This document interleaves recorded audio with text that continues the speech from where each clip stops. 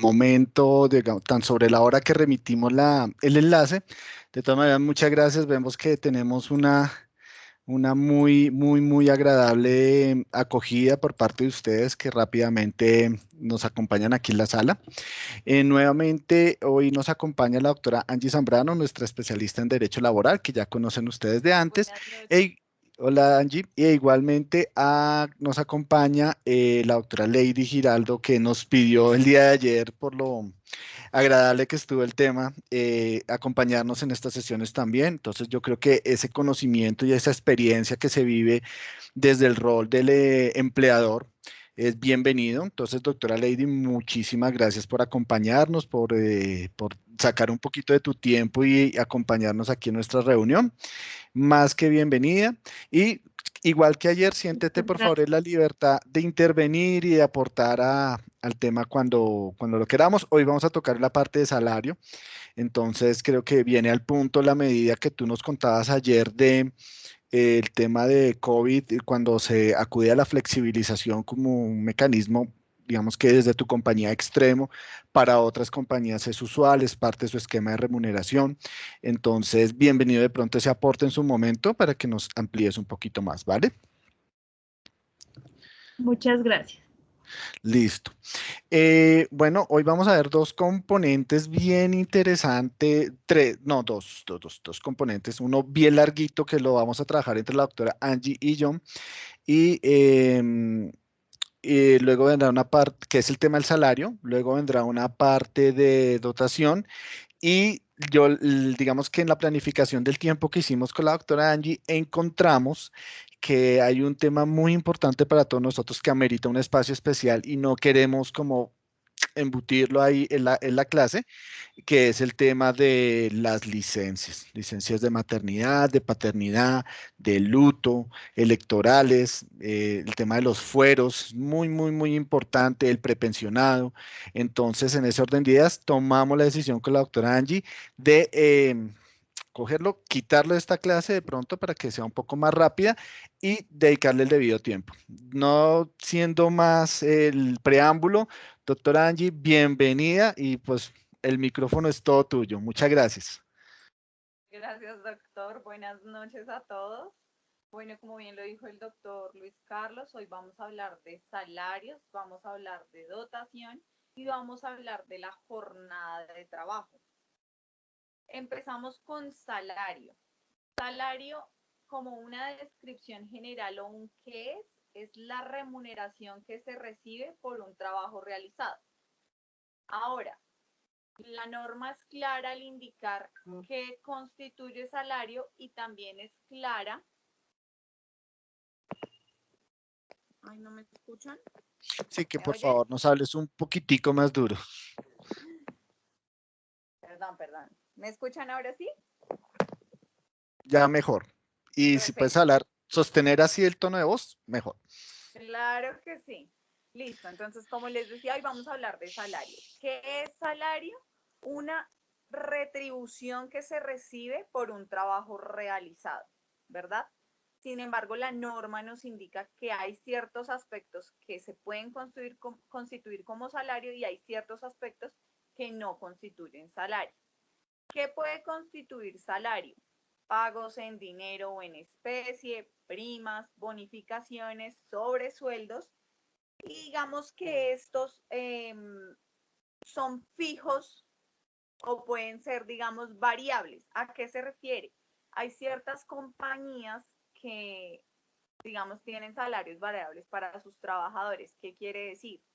Yo tengo un salario fijo mensual, vamos a suponer que es de 1.000.000, pero por cada indicador de cumplimiento, pues me van a pagar una proporción. Finalmente mi salario puede venir siendo de 2.000.000, 2.300.000, 1.500.000, de acuerdo pues al cumplimiento que yo tenga. Pero eso no significa que lo que yo me gane por cada indicador no sume como salario. Ahora, hay ciertos aspectos que no son salario. ¿A qué nos referimos cuando decimos que no son salarios? Son sumas ocasionales que por mera liberalidad el empleador decide pagar.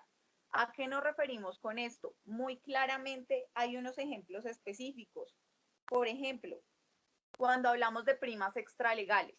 Hay ciertas primas que, por ejemplo, está la de Navidad. No todas las compañías la dan porque no es obligatoria, pero podemos decir que la prima de Navidad, podemos decir que la prima de vacaciones, y son valores que específicamente no constituyen salario, que digamos que sí es una contribución al trabajador, pero que no van a enriquecer al trabajador porque no es constante, es de vez en cuando y de acuerdo pues a ciertos parámetros, ¿sí? Ahora, hay un salario que, como bien les dije, es en especie. Este salario en especie claramente es alimentación, habitación y vestuario. Un ejemplo claro es, por ejemplo, hay compañías que tienen su sede fuera de Bogotá. Y fuera de Bogotá significa paso un peaje para llegar a mi lugar de trabajo. Si ustedes empiezan a calcular los valores para yo llegar a mi lugar de trabajo, pues sería demasiado alto si tú lo multiplicas por los 20 o 25 días que trabajas al mes. Por lo cual las compañías de pronto generan como un transporte donde te dicen, vamos a suponer que mi lugar de trabajo es saliendo por la 80 y pasando el peaje de Siberia. Entonces me dicen, te recoge un bus en el portal y de ahí te llevan al lugar de trabajo. Este transporte puede ser salario en especie, porque es un gasto que te elimina el empleador de tu bolsillo, como por ejemplo también puede ser en especie. Eh, el, el empleador tiene dentro de su compañía un comedor y te dice, ustedes pueden almorzar ahí, bien sea pagando, digamos, un porcentaje de lo que cuesta el almuerzo, vamos a suponer 3.000 pesos, y almuerzan ahí, o posiblemente es totalmente gratis. ¿Qué significa esto? Que me están dando un salario en especie a mí, porque es que ¿cuánto cuesta comprar almuerzo? Si ustedes lo multiplican es un dineral, por lo menos 100.000 pesos, si estoy hablando en bajito, pienso que es algo más. Entonces estos salarios en especie son cositas que de pronto el empleador te facilita pues para que no tengas que asumir el gasto. Ahora, este salario en especie tiene que estar por escrito. ¿Por qué tiene que estar por escrito? Porque la norma me dice, si usted gana más de un salario mínimo, su salario en especie no puede superar el 50%. O sea que si mi salario es de 1.600.000, pues tengo hasta un 50% como salario en especie, 800.000 pesos, pero no puede ser más de ese valor. Sin embargo, también me dice, si la persona gana menos, no, perdón, gana un salario mínimo, no menos, un salario mínimo, solamente puede tomar para salario en especie el 30%. Yo debo decir que no conozco muchas compañías que hagan esto, tengo como dos particulares. Nutresa hace eso, como con los desayunos, si no estoy mal. Y Crepes y Waffles sí ofrece desayuno, almuerzo y hasta cena.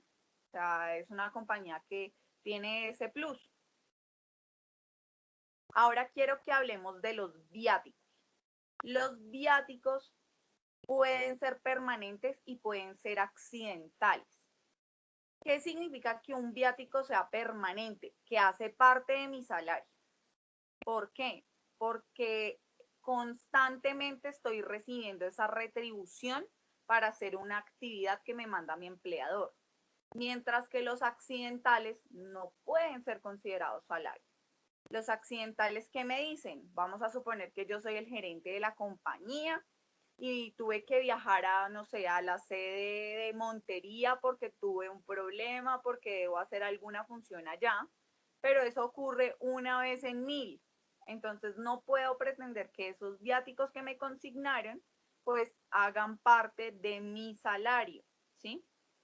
¿Qué pasa con estos viáticos? Que digamos me cubre alojamiento, me cubre transportes y me cubre alimentación. Pero imagínense cuando trasladan a una persona muchísimo tiempo a X ciudad. Un cambio de ciudad, o sea que el empleador debe asumir ciertas cosas de forma permanente y pues ya en teoría ese valor se vuelve salario. Pero cosa contraria pasa con las propinas. Las propinas no constituyen salario. Jamás en la vida pueden constituir salario ni pueden ser parte de esta retribución que tú recibes por el servicio que prestaste. ¿Por qué? Porque imagínense el caso de un cotero en Corabastos. El cotero de Corabastos tiene un contrato de trabajo con una de las bodegas de Corabastos, ¿verdad? Pero este cotero, por de pronto la eficiencia en su trabajo, los conductores que llegan o las personas que llegan a vender sus mercancías allá, al ver que les descargan ligeramente su vehículo, pues les pueden dar algo, o bien sea, no sé, una bebida, o les pueden decir, está bien, le voy a dar 10.000 pesos por haberme descargado. Este dinero no puede constituir salario porque jamás tendríamos el valor exacto que recibieron y pues digamos que no viene siendo una retribución de mi empleador, sino de un tercero. Lo mismo ocurriría con los restaurantes. Imagínense donde estas propinas sean salario, o sea, digamos que ahí se podría ver que hasta el empleador se está librando de esa remuneración específica porque pues él está pensando que la propina que yo me gané hace parte de mi salario y no es así. ¿Listo? Ahora vamos a hablar de qué es un jornal, de qué es un jornal y qué es un sueldo. Hay dos diferencias. El jornal es el trabajo que realiza, por ejemplo, un campesino.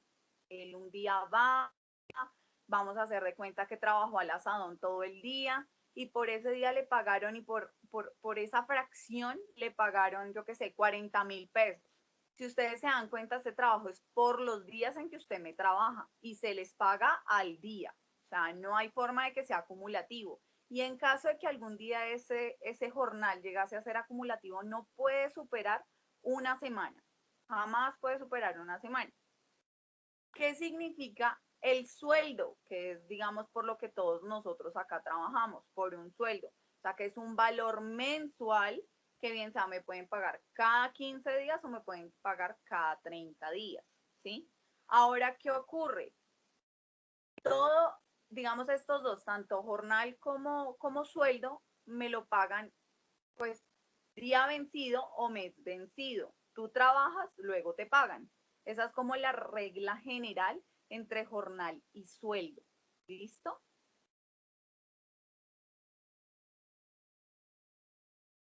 Bueno, cuando hablamos de sueldo también podemos decir, como lo menciona la diapositiva, no podemos hablar de que, ay, sí, a mí me pagan en 2 meses. No, solamente es el trabajo de 30 días y pagos. ¿De acuerdo?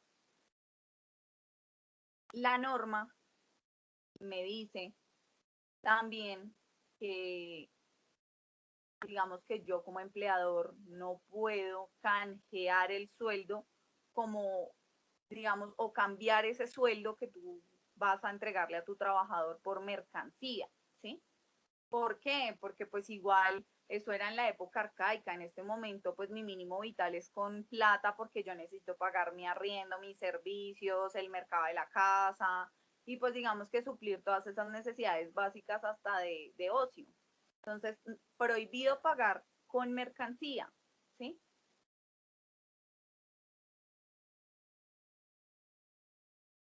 Mm, bueno, el código también me habla de que es prohibido hacer trueque o que es prohibido, digamos, hacer una venta de víveres. Cuando hablamos de un trueque es que yo te canjeé ese dinero que tú ganaste por un producto, por ejemplo, ¿sí? Entonces, eso está completamente prohibido. Y el tema de la venta con mercancías, eso sí se puede hacer. Hay empresas como Alpina, como Ramo, como Nutresa, que sí generan estas ventas de víveres. ¿Por qué? Porque de pronto sacan descuentos para sus trabajadores. Entonces el empleador pues quiere darle un plus a este trabajador que trabaja conmigo en Alpina, pues para darle, ¿qué será? Motivación, que si una paca de leche comúnmente cuesta entre 16.000 y 23.000 pesos, yo se la puedo dejar en 12.000, 11.000, pero digamos que esta venta de víveres tiene que estar debidamente promocionada y tiene que ser a voluntad del trabajador. En caso de que el empleador me obligue a recibir, digamos, o asistir a estas ventas de víveres, pues ya se vuelve prohibido y pues podemos entrar en controversias y en temas más delicados. Pero digamos que es permitido, pero cuando hay una publicidad debida y cuando de pronto puedo decirle a mis trabajadores, ok, te voy a dar estos precios para que asistas. y aproveches como el gangazo que te traigo. Ahora, el código es claro cuando dice que debería haber un lugar y un tiempo para el pago del salario. ¿El lugar a qué se refiere?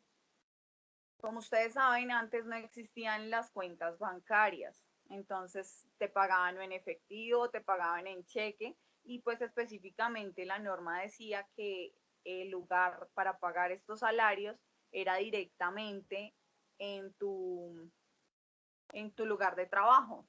Pues ustedes saben que ya para este momento, pues tenemos la libertad de escogencia del banco en el que nos quiera pagar. Sin embargo, digamos que el empleador acá nos dice a qué banco nos sometemos, pero pues digamos que cada quien abre su cuenta e inmediatamente el día que llegue el dinero pues va a llegar automáticamente sin tener que asistir a un lugar.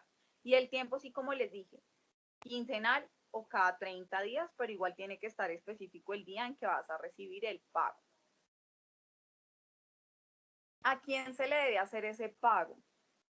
El código da la posibilidad de que se le pague al trabajador o a la persona que autorice por escrito. Comúnmente cuando sucede esto de la autorización es porque el trabajador tiene problemas de embargos y de pronto problemas con entidades bancarias, ¿sí? O con temas judiciales. Pero aquí es donde viene de pronto una controversia que siempre se puede generar. Posiblemente yo tenga la autorización del trabajador para que se le pague de pronto a nombre de la mamá, pero en caso de que algo malo suceda, siempre van a recaer sobre el empleador. Entonces, no aconsejo mucho este pago a una persona autorizada, sino preferiblemente lo que yo aconsejaría a los empleadores es que paguen con un cheque y un cheque que no tenga condiciones, un cheque que vaya directamente pago al primer, que vaya sin condiciones como solamente se paga al beneficiario, o sea, al dueño del cheque, sino simplemente pues que él pueda endosarlo y consignarlo en la cuenta que quiera y después hacer el retiro del dinero con el fin de facilitar el trabajo. Pero yo como empleador quedo con la certeza de que le pague a mi trabajador y no que de pronto pueda haber algún problema ya que pueda recaer en nosotros la responsabilidad, ¿de acuerdo? En el tema del salario hay, digamos, un principio o un derecho que es muy marcado y es trabajo igual, salario igual. ¿Qué significa? Que no pueden haber diferencias, no puede haber trato diferenciado, no puede haber diferencias en sexo. Por ejemplo, le va a pagar más al hombre que a la mujer. Yo quería traerles el caso, por ejemplo, de Betty la Fea, no sé si se la vieron. Ellas eran dos secretarias de presidencia, dos secretarias que cumplían prácticamente las mismas funciones, sin entrar a detallar todo lo que hacía Betty, pero son dos secretarias de presidencia con las mismas funciones, pero una se ganaba 2.500.000 y la otra se ganaba como 500.000 pesos. Entonces, acá digamos que habría una discriminación y como empleadores podemos empezar a afectar los márgenes de igualdad. ¿Qué sucede? Diferente es, no, es que la secretaria 1 tiene nivel de inglés, no sé, B, mientras que la secretaria 2 no. Y la secretaria 1 tiene nivel de Office avanzado y mejor dicho es la experta en tributario, en XY cosa, y por eso tiene el plus para ganarse 2.500.000. Pero en caso de que eso no suceda, tenemos que respetar el derecho a la igualdad. O sea, no nos podemos saltar el principio de trabajo igual, salario igual. Ahora, el código tiene una fracción que dice salario mínimo. Si ustedes lo ven, podríamos determinar qué es el famoso salario mínimo que se decreta en todos los 31 de diciembre de cada año y que lo fija el gobierno nacional por medio de un decreto. Este salario mínimo es diferente. Este salario mínimo comúnmente es para compañías que tengan sindicato, que tengan un pacto colectivo o una convención colectiva. Sinceramente no he visto estos casos, pero el código me dice que entre el empleador y el sindicato pueden, digamos que, concretar un valor que se va a determinar como salario mínimo. ¿A qué se refiere esto? Vamos a suponer que en la compañía X, entre el empleador y el sindicato determinaron que el salario mínimo va a ser de 1.200.000. Si ustedes ven, es superior al salario mínimo legal vigente establecido por el gobierno nacional. ¿Qué es lo que me dice? Nunca puede ser inferior a ese valor que dicta el gobierno. Superior, cuádrelo como usted desee, pero esto tiene que ser obligatoriamente por convención o compacto o por fallo arbitral, ¿sí? Pero de verdad yo nunca he visto esto en ningún lado donde he trabajado ni en otras compañías. Siempre he visto que el salario mínimo es el fijado por el gobierno nacional y ese es el que se maneja. Ahora lo que dice, supongamos que fijamos 1.200.000 y de aquí a 5 años el salario mínimo va a ser de 1.300.000. Pues en el momento en que me supere lo que dice la convención colectiva o el pacto colectivo, pues en ese momento pues hay que actualizarlo y va a quedar con el salario mínimo que me dicta el gobierno. Pero este salario mínimo se refiere específicamente a los casos donde hay convención o pacto colectivo y que eso entre en negociación cuando pues se hace la denuncia del pacto. ¿Listo?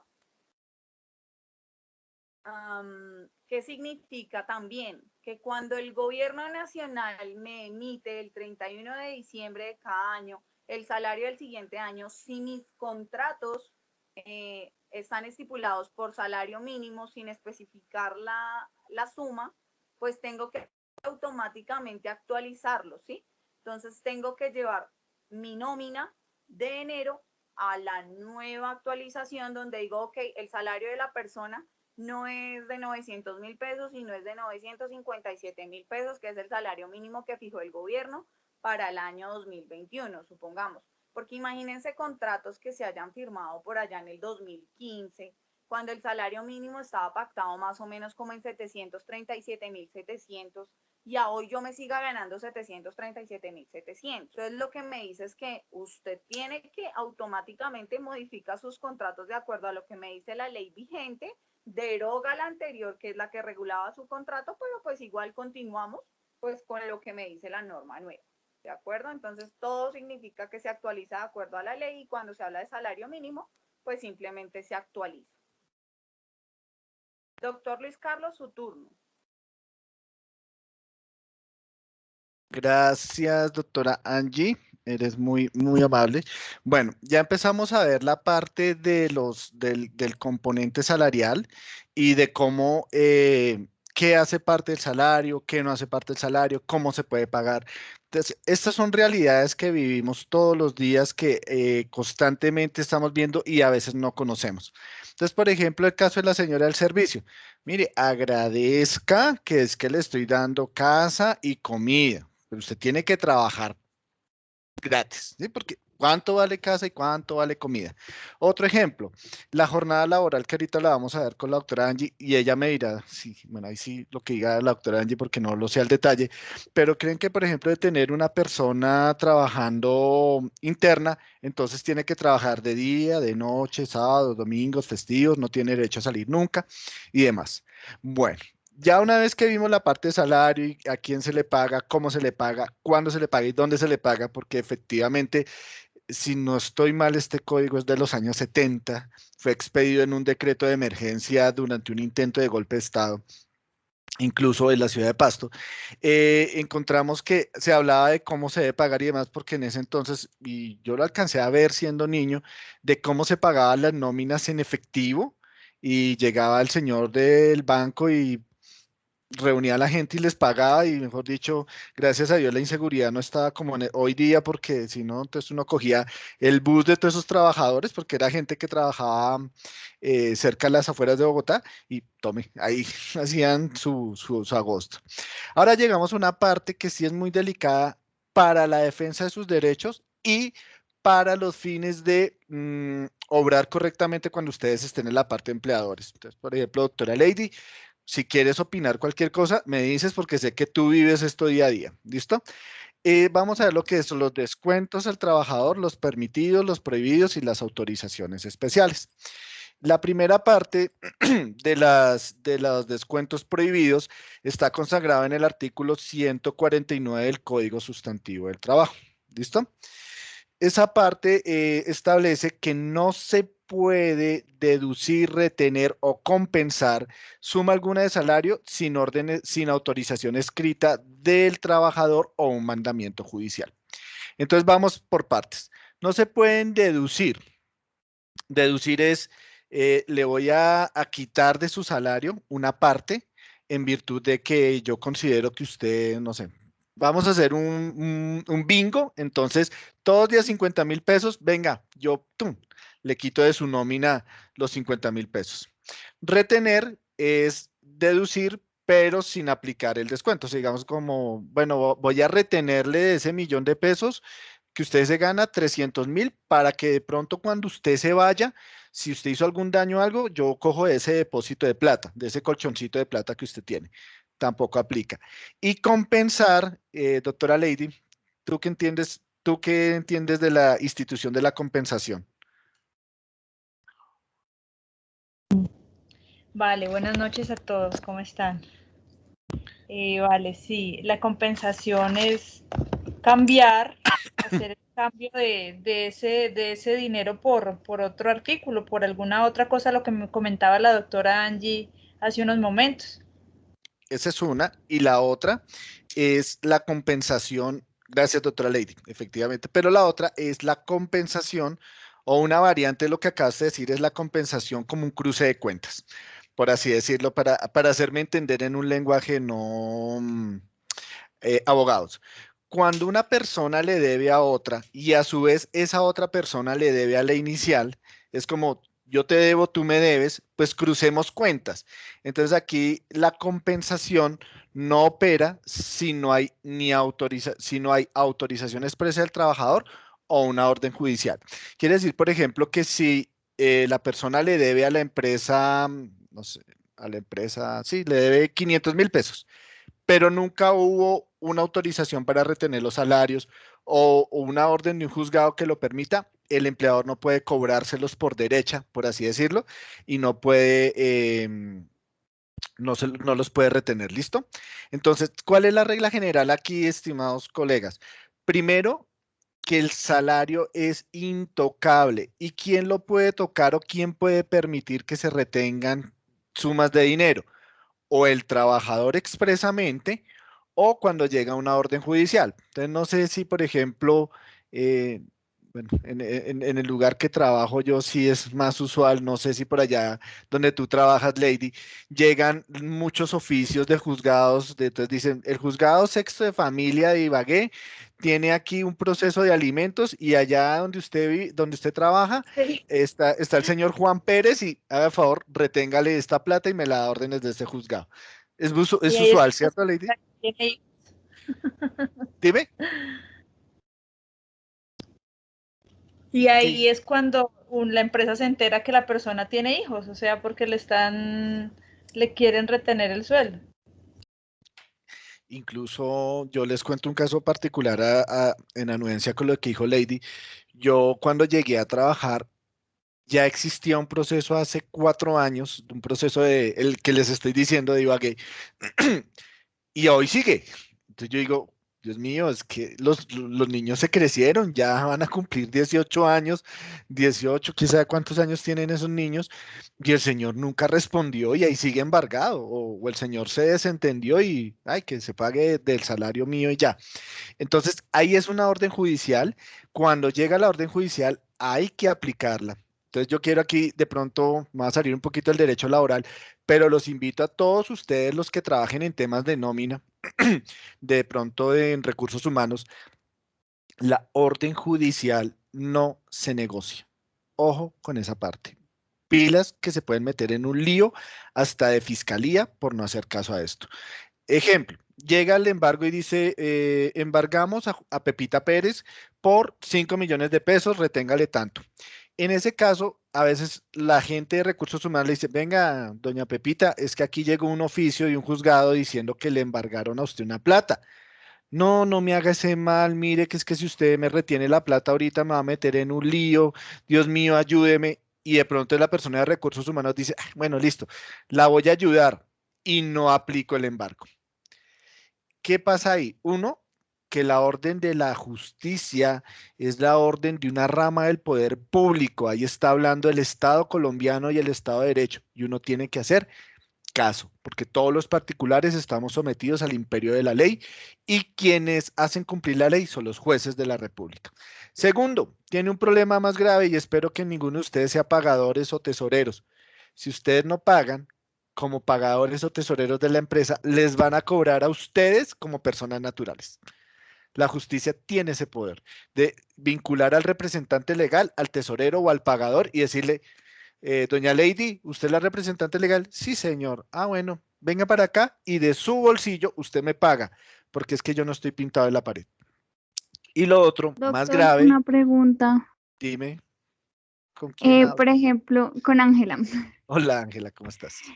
Discúlpame, es que si existe una orden judicial, no se puede hacer lo que estaba mencionando la doctora Angie, o sea, por ejemplo, autorizar el pago a otra cuenta y que no se realice el embargo del sueldo. Te voy a contestar como abogado objetivamente. Sí se puede hacer, pero, si el acreedor se da cuenta de eso, puede decir, miren, el señor se está insolventando, está desviando la instrucción judicial, por favor, persiga a la cuenta. Pero eso es algo que aplicaría Ángela sí y solo si lo embargado es la cuenta. Te explico. Porque es que si a mí como pagador me llega una orden de decir, embárguele el salario a Ángela, ¿sí? No está diciendo, embárguele el salario que está en la cuenta número tal, sino el salario. A mí no me importa, y disculpa que lo diga así un poco jocoso, no me importa si te pagan en la cuenta tuya, en la de tu mamá, si te pagan en cheques, si te pagan si te pagan con monedas de 50 pesos, no importa, porque la orden es sobre tu salario. Diferente es, Ángela, porque hay acreedores que lo que hacen es disparar el embargo a las cuentas de los bancos. ¿Sí me entiendes? Porque ahí cae de todo, no solo el salario, sino si le pagan honorarios o alguna otra cosa, ahí cae. En ese caso tú puedes decir, no, la cuenta del BBVA la tengo embargada, no me pague aquí, páguele a la de caja social de mi mamá. Eso sí es válido. Si el acreedor se entera, pues te puede perseguir y puede decir, venga, la señora se está desviando, embárguele directamente el salario. Pero si lo que está embargado es el salario y lo que llegó fue un oficio a la parte de recursos humanos, ya no se puede hacer otra cosa, Ángel. Igual yo hago una consideración respetuosa. Si una persona llega a tener un embargo, por ejemplo, por temas de alimentos, pues, yo no sé éticamente qué tanto uno pudiera decirle, venga, tranquilo, yo le ayudo y vaya y gástese la plata por otro lado, cuando hay un menor de edad de por medio, por ejemplo. No sé si me entendiste, Ángel. Si te enredé más, dilo tranquila, porfa. No, profe, ya sí entendí muy bien. Listo, vale. Pero yo tengo otra pregunta. O sea, por Dale, dale. ejemplo, la empresa se metería en un problema. Digamos que la cuenta de la persona está embargada. Entonces, ahí tiene que ver la empresa. O sea, ¿tendría algún problema la persona que pague la nómina, digamos, por ejemplo, el desviar los recursos a otra cuenta? O ya la empresa se libraría como de cualquier tipo de problema si la persona es quien la solicita y si lo que está embargado no es el sueldo como tal, Sino sino la la cuenta. cuenta. En principio yo te Es que diría los que no, embargos a las cuentas, Ángela, llegan directamente a los bancos. al banco. O sea que cuando yo contrato a una persona, pues yo no estoy viendo, por ejemplo, si ella se encuentra en embargos en bancos, ¿sí me entiendes? Diferente es que el embargo recaiga o llegue al empleador. Ya ahí la Eh, cosa cambia, y ¿sí? con una claridad a lo que está haciendo una ampliación a lo que está diciendo la doctora Angie, y es, yo sí puedo como trabajador decirle, venga, recursos humanos, es que tengo la cuenta embargada, en virtud de que la ley me lo permite, es que no le estoy pidiendo permiso a usted, dispongo que usted le pague a la otra cuenta. ¿Sí me entiendes? Pero es cuando es una cuenta. Si definitivamente esa, y ahí en ese caso la empresa, salvo una complicidad, alguna cosa así extraña salida del ejemplo normal, no tendría inconveniente porque, venga usted porque consignó la otra cuenta, porque el señor en virtud del artículo tal, que ya nos dijo la doctora Angie que se puede, dispuso que no le pagaran a él, sino a su mamá. Eso se llama técnicamente diputación de pago. Y es muy usual. Es más usual de lo que ustedes creen. ¿Cuántas veces ustedes, no sé, una transacción tonta venga, paguemos la cuenta entre todos? Mire, señor, sus vueltas. No, no me las dé a mí, déselas a él porque es que a él le debo 100.000 pesos o 15.000, no sé. ¿Sí me entiendes? Y eso uno a veces no se da ni cuenta y uno le dice, venga, la plata que me dé a mí, no me la pague a mí, tranquilo, páguesela a este otro. Eso se llama diputación de pago. No es ilegal, no hace un fraude, salvo que vuelvo y te digo que hay algo extrañísimo, no, no aplica. Pero Ángela, si lo embargado es el salario y te llegó el oficio a ti, donde tú no hagas caso de eso, y ya ahí sí voy a terminar lo que estaba hablando ahorita, te puedes ver incursa en algo que se llama fraude a resolución judicial, y eso es un proceso penal de los que llevan la Fiscalía General de la Nación y te pueden acusar por hacer caso omiso a la orden de un juez de la República. Y eso sí es muy delicado y lo voy a decir como en algún momento se lo dije a Angie con un tema particular que tuvimos. Esas son las cosas que uno se gana por sapo y por meterse a distorsionar la orden de un juez. A veces uno se pone en esas y termina la empresa y el pagador, porque Ángela, más que la empresa, el que se compromete en esto es el que paga, porque la ley así lo dice, el pagador raya tesorero o el representante legal como persona natural, porque cuando ya uno ve que la persona natural es la afectada, ya como que se reduce la cantidad ¿de qué será eso? De actos malintencionados. O sea, si, por ejemplo, el pagador sabe que el que no se mete en líos es él, sino la empresa, pues la empresa tiene plata, eso aguanta. No, no, señor, es el bolsillo suyo. Uy, no, pero ¿cómo así? Sí, el suyo. Entonces ya ahí lo piensan. Créeme que lo he vivido, lo hemos vivido, la doctora Lady lo ha vivido, la doctora Angie. Es muy usual que a veces la gente, es más, incluso dicen, no, pero es que yo me voy a notificar en el juzgado y voy a demandar y voy a ganar y usted no me puede aplicar eso hasta que yo gane o pierda. No, perdóneme, usted puede ganar el proceso, pero mientras el juez no me diga que le levante el embargo, ahí lo tengo. Y ahí lo tengo, ahí lo tengo. Entonces, y ahorita, doctora Angie, tú me desautorizas y miento, los juzgados andan de un cuchilla requiriendo a todo el mundo, venga, yo leí la orden de que pagara, ¿dónde está la plata? Así, ya están llegando a los 3, 4 días, cuando eso antes se demoraba 1 año, 2 años para que ellos se pellizcaran. Entonces, Ángela, si te queda cualquier inquietud, por favor, levantas la mano, ¿vale? Ahora, Listo, muchas gracias, profe. con mucho gusto. Dentro de la prohibición, y para que lo tengas en cuenta, Ángela, y todos los demás, hay un límite legal de inembargabilidad sobre el salario mínimo. Entonces, dice la norma que el salario mínimo no es embargable. No se puede embargar. ¿Por qué? Pues porque es el mínimo. Ahora, pensémoslo, es que siendo francos, el mínimo está en 878 alguito. ¿Eso para qué alcanza? Un arriendo vale 500.000, o sea, literalmente cuando uno se pone a hacer cuentas con el salario mínimo, dice, esa vaina no alcanza para nada. Ahora, embargue sobre un salario mínimo. ¿Qué le queda a la persona? Ya se pone en riesgo la subsistencia de la persona. Entonces, por eso dicen, el salario mínimo no es embargable. ¿Cuál sería la recomendación que yo haría, doctora Angie, si tu criterio es otro, o doctora Lady, bienvenido? Yo lo que sí le diría al señor juez, de inmediato le contesto, señor juez, en razón del oficio número tal, le informo que la persona tiene salario mínimo. Y en virtud del decreto, el artículo tal, numeral tal, es inembargable. Ya si el señor juez insiste y pues le pasa uno por encima la orden, uno no puede hacer caso omiso a ella. Doctora Angie, doctora Lady, ¿quieren agregar algo frente a lo del salario mínimo? Totalmente de doctor, acuerdo, doctor totalmente de Carlos. acuerdo. Listo, perfecto. Ahora, cuando una persona gana un poquito más del salario mínimo o muchísimo más del salario mínimo, lo que se puede embargar es la quinta parte de lo que exceda el salario mínimo. Entonces, supongamos, hay empresas que tienen una cosa que se llama el mínimo emocional, que más o menos es como pagar el mínimo y un 10% más, como decir, mire, por más mínimo que ponga la ley por fuera, vía decreto del señor presidente, yo le voy a pagar un 10% más. supongamos que el salario mínimo está en 1.000.000 de pesos, para hablar así con cifras fáciles.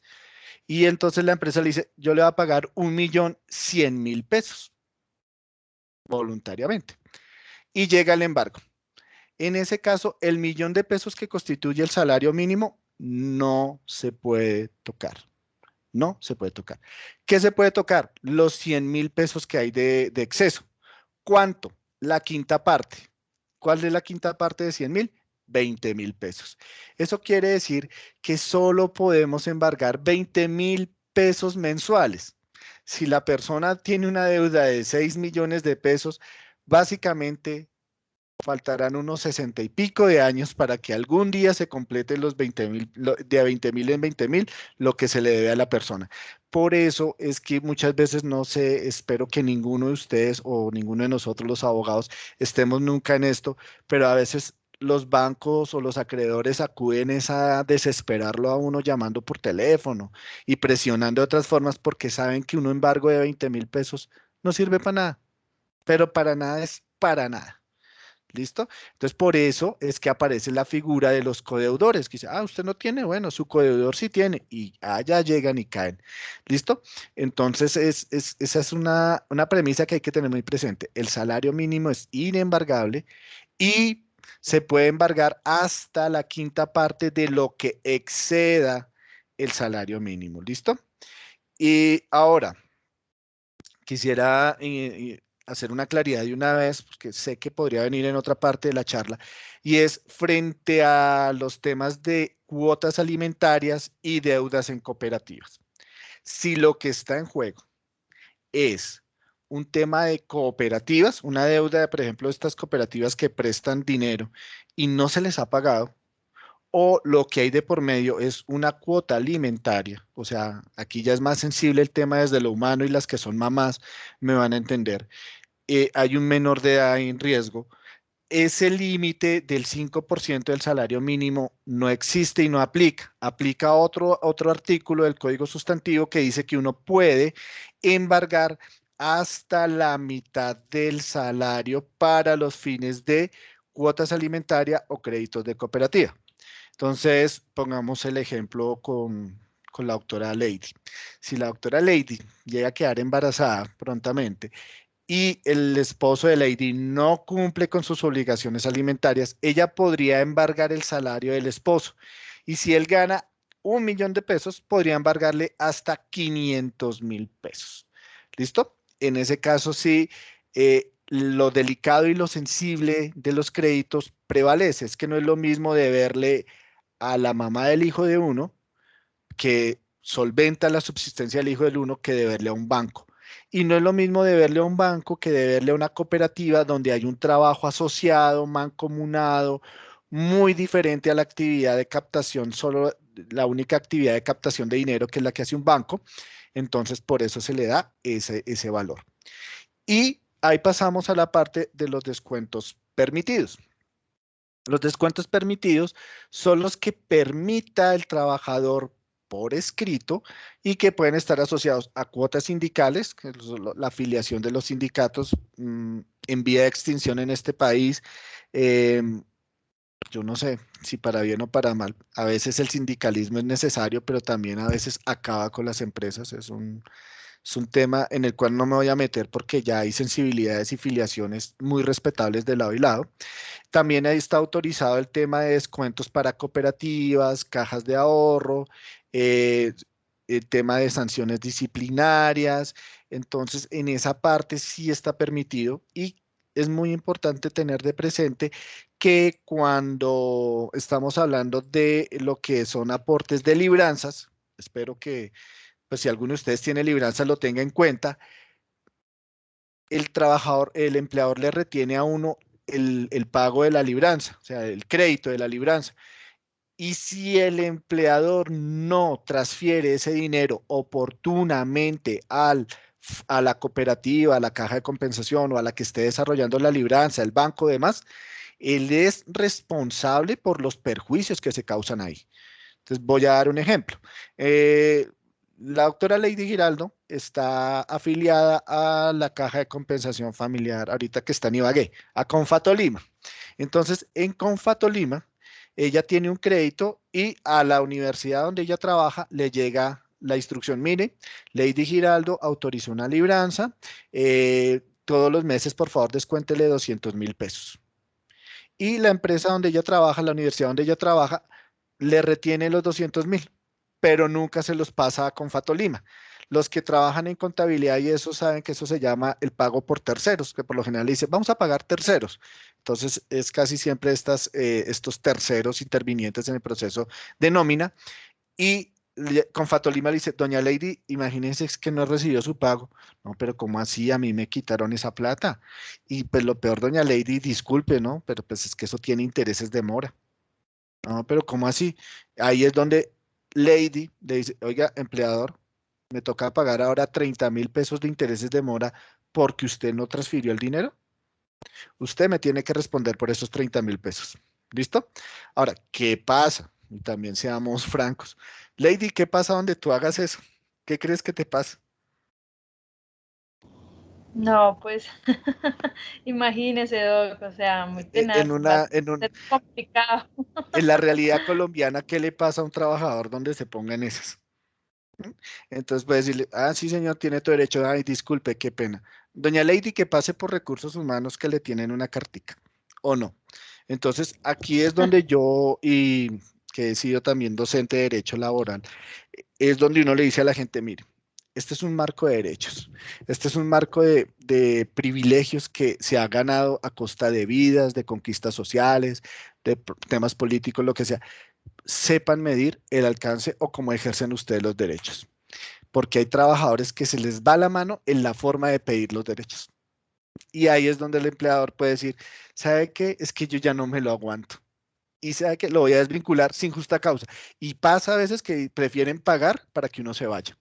Y pienso que personalmente una indemnización puede durar tal vez, salvo que sea muy, muy, muy grande, 3, 4 meses y ya. Entonces, aquí es donde uno tiene que agotar el diálogo. Es mi sugerencia personal, no representa ninguna de las entidades que están desarrollando este diplomado. Hay que saber medir las cosas, la verdad. A veces a la hora de reclamar los derechos, como hay temas justos, pues de pronto por 30.000 pesos, venga, ayúdeme. Bueno, entonces lo dejo como a criterio de ustedes, ¿listo? Em, igualmente, si Doctor, qué usted, pena lo dime, interrumpo. señora. Otro caso que suele suceder con el tema de las libranzas y nos ha pasado es que, digamos que nosotros contratamos un trabajador. Este trabajador autorizó a su anterior empleador a hacer estos descuentos de libranza. Ay, sí. Entonces llegan con nosotros porque acabamos de iniciar contrato, creen que nosotros, sus nuevos empleadores, no tenemos derecho a hacer ese descuento cuando el banco notifica. ¿Qué sucede? Pues que el trabajador que solicita este crédito de libranza no especifica que autoriza a la entidad X a hacer los descuentos, pero si pasa a la entidad Y, esta no está autorizada. El trabajador que solicita un crédito de libranza autoriza a la entidad financiera a hacer el cobro a cualquier empleador. Entonces, ahí es donde vienen los otros problemas con las libranzas, porque los trabajadores se enojan cuando el empleador hace los descuentos y según ellos nunca autorizaron esos descuentos, ¿de acuerdo? Entonces, para que lo tengan claro, cada que les llegue una orden de descuento por libranza, hay que hacerlo y si no, también caemos en que el empleador se vuelve responsable de pagar ese dinero que no es suyo. Así es, doctor Angie, muchas gracias. Entonces, ahí, con tu permiso, lo resalto nuevamente el caso. Eh, donde nosotros trabajamos, los tres abogados aquí presentes son instituciones de educación. Tenemos docentes que duran un semestre y pues vuelven hasta el otro, o a veces pasa un semestre sin estar contratado con nosotros y llegan a otro caso y vuelven un semestre después. En este caso puntual era una docente que tuvimos que tenía una deuda con un banco y autorizó libranza con una entidad del distrito con la que ella trabajaba. Y esa entidad pues le retenía su dinero y todos los meses le consignaba. Cuando hizo el trámite de entrar a a la universidad donde trabajamos nosotros, ella pensó que la autorización que firmó en el banco aplicaba solo para el distrito. solo para eso. Y aquí sí es una situación puntual que no viene en el Código Sustantivo de Trabajo, sino en la Ley de Libranzas, que dice, usted le firma una sola vez al banco autorizando la libranza y ese banco puede ir empleador por empleador por empleador a decirle, mire, ella me debe, ella me debe, ella me debe. Eso es perfectamente viable, no está en el código, porque efectivamente cuando ya llega donde nosotros trabajamos, nunca informó ni nada, entonces a ella no se le hizo el descuento. Y ella hizo mal los pagos en el banco y efectivamente desde el banco disparó la alerta y dice, venga, me hace favor y le descuenta estas 3, 4 cuotas que tiene pendiente. Cuando se las aplicamos, pero ¿cómo así? ¿A ustedes qué les dio permiso de quitarme de mi dinero, de mi salario? Usted, usted cuando firmó en el banco, porque es que esta orden se extiende a todos los contratos de trabajo que usted llegue a tener. Gracias, doctor Angie. Me hacía falta esa puntualidad en ese caso. Bueno, continuando con el tema, encontramos que las retenciones pueden aplicarse para préstamos de vivienda o para préstamos particulares con el trabajador. De aquí ameritaría decir que no pueden generar intereses. El salario, o sea, como venga, tras de que es de mi salario, tengo que pagar intereses. Estas retenciones no pueden ser una fuente de enriquecimiento de la compañía. Uno, porque no es su objeto social captar y colocar dinero del público como lo es de un banco, ¿no? Entonces, ojo con esa parte. Y otro, pues porque rompe el fin social del contrato de trabajo, que era lo que estábamos hablando. Entonces, digamos que sí ténganlo muy presente. No, no, y no puede ser viable que una persona genere enriquecimiento al empleador por un crédito para estos fines. ¿Listo? Ahora vamos con la parte del embargo. Permítame un segundo. Clic, clic. Eh, em, Vamos con la parte de los embargos, que era algo que ya les estaba hablando. El salario mínimo es inembargable, no se puede tocar por las condiciones de subsistencia que ya les estaba diciendo. Ya hablamos del tema de que solo la quinta parte que excede el salario mínimo es embargable y cuando estamos hablando de temas cooperativos o alimentarios, el 50%. ¿Qué quiere decir esto también? Y ahí es la oportunidad para decirlo. Hay una norma constitucional, que es el artículo 44 de la Constitución Política, donde se habla de toda la parte de la constitución del tejido social y viene diciendo que la familia es el núcleo o la célula de la sociedad y que en el artículo 44 puntualmente dice los derechos de los menores prevalecen sobre cualquier otro derecho. ¿Listo? Entonces, cuando uno está hablando de los derechos de los menores y conflictúan con otro derecho, ejemplo, ¿qué le digo yo? Mm, una quiebra, o bueno, no, una persona natural que es empleadora. En este caso, cuando le llega el embargo por alimentos, ese está por encima del embargo del proveedor, por encima del banco, por encima de la cerrajería, por el que sea, porque efectivamente los derechos de los menores tienen prevalencia sobre los derechos de los demás. Pero también quiero hacerles una claridad muy respetuosa y ya de pronto los años son los que le hacen hablar a uno de esto, es que los derechos de alimentos no son solo para menores de edad. ¿Listo? Lo que quiere decir esto que les estoy diciendo es que los padres, los padres pueden demandar alimentos a sus hijos cuando están en condición de indefensión. Entonces, ejemplo, la mamá, como dice el meme por ahí, ¿no? Una mamá puede criar 10 hijos, pero 10 hijos no pueden cuidar de una mamá.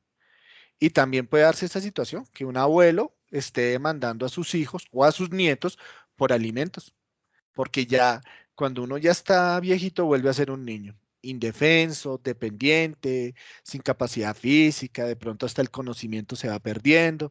Entonces, tenerlo muy, muy, muy presente. ¿Listo? Bueno, y aquí viene una parte de la prelación de los créditos. Eh, Ángela, la chica que vive en Bosa, ella nos estaba contando el caso de la empresa del esposo, que está en una liquidación judicial ante la Superintendencia de Industria y Comercio. En ese caso, es importante decir, Ángela, todas las Ángelas, todas las ladies, todas las Angies que hay acá, que cuando eso acontece y hay un proceso de embargo, las deudas laborales tienen un privilegio. ¿Listo? Entonces, cuando concurren varios embargos o cuando una persona dice, ya no pude más, ya me quebré, ya no puedo más, uno empieza a mirar qué debe, qué se tiene, y sobre eso es que se empieza a hacer el ejercicio. Entonces, supongamos que es una persona jurídica. Coraline, ya te doy la palabra, no había visto que habías levantado la mano. Dame un segundo, eh, medio concreto el tema, y ya te doy el permiso. Eh, Supongamos, se quebró la empresa X, la que sea, y esa empresa dice, no puedo más. Entonces llega la superintendencia y le dice, dígame, señora empresa, ¿cuánto tiene usted en activos? No, tengo 10 millones. ¿Cuánto tiene en pasivos? Tengo 8.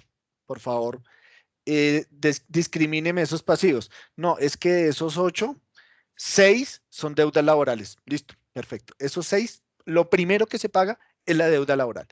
Es lo primero que usted va a pagar. No, pero es que le debo al banco. No, el banco espera, porque los derechos laborales son de primera clase. Entonces, como que hagamos filita. Primero, derechos laborales, después, acreedores hipotecarios, después, tal, y por allá en último lugar, acreedores quirografarios o de quinta categoría, como los bancos y demás, usted me espera ya al final. Si algo sobra, allá le llego. Y por eso yo en la primera clase le decía a Ángela, creo que era el nombre de ella, le decía, mira, lo único que te puedo decir, ojalá favorablemente, es que lo primero que se va a pagar en este proceso son las deudas de tu esposo. ¿Eras tú, Angie, creo, del caso? Angie, Ángel, Angie Angie, Patín. Angie, discúlpame. Entonces, aquí estamos ya hablando del caso de tu esposo, y cuando uno empieza a decir qué debo y qué tengo, y empiezo a ordenar qué debo pagar, primero los trabajadores. ¿Cuál es el gran riesgo, estimados colegas? Que si su empleador es una persona natural, eventualmente, si hay una deuda de alimentos, ella puede correrle la deuda laboral. Dicen, no, yo soy el dueño de un establecimiento de comercio, de una peluquería, pero no es una persona jurídica, o sea, no es una SAS, no es una limitada, nada de eso. Y llegó el día de la quiebra y llega, como soy persona natural, todo mi patrimonio va en una sola bolsita. Y llega la deuda de los bebés, de los niños y adiós trabajadores. Tal vez es el único caso donde la deuda laboral tiene que ceder espacio porque, como les decía, los derechos de los menores van primero. ¿Listo?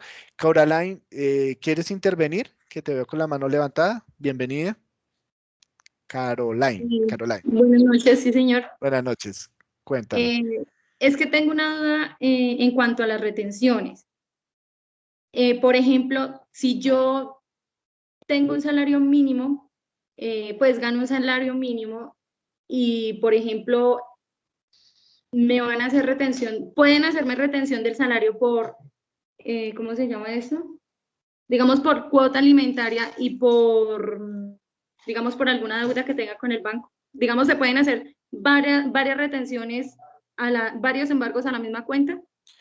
Si es el mínimo, la del banco no entra.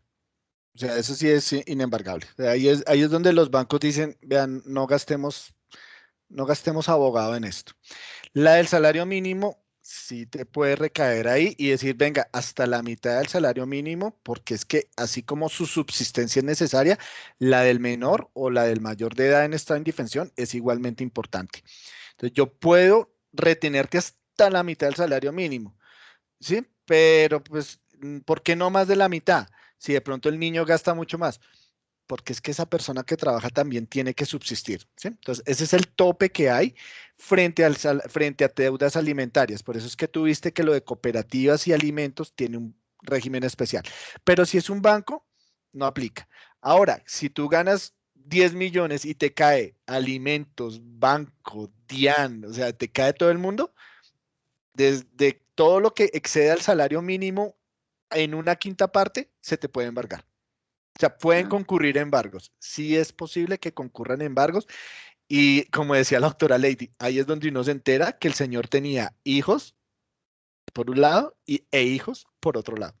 Nos ha pasado, lo he visto con mis ojos de que, venga, es que por aquí también dejó sucursal y llegan dos embargos al tiempo y complicado, complejo. Y bueno, ahora, si llegaran dos alimentos, por ejemplo, y el señor gana el mínimo, tiene que, tiene que aplicarse el criterio de mitad y mitad, o sea, 25 y 25%, porque no puede un hijo primar sobre el otro, ni se puede quitar la subsistencia del señor, pero eso lo hace el juez. Entonces ahí sí es cuando el señor de recursos humanos dice, hermano, péguele y vaya al juzgado y arregle ese tema, porque yo tengo que hacer caso.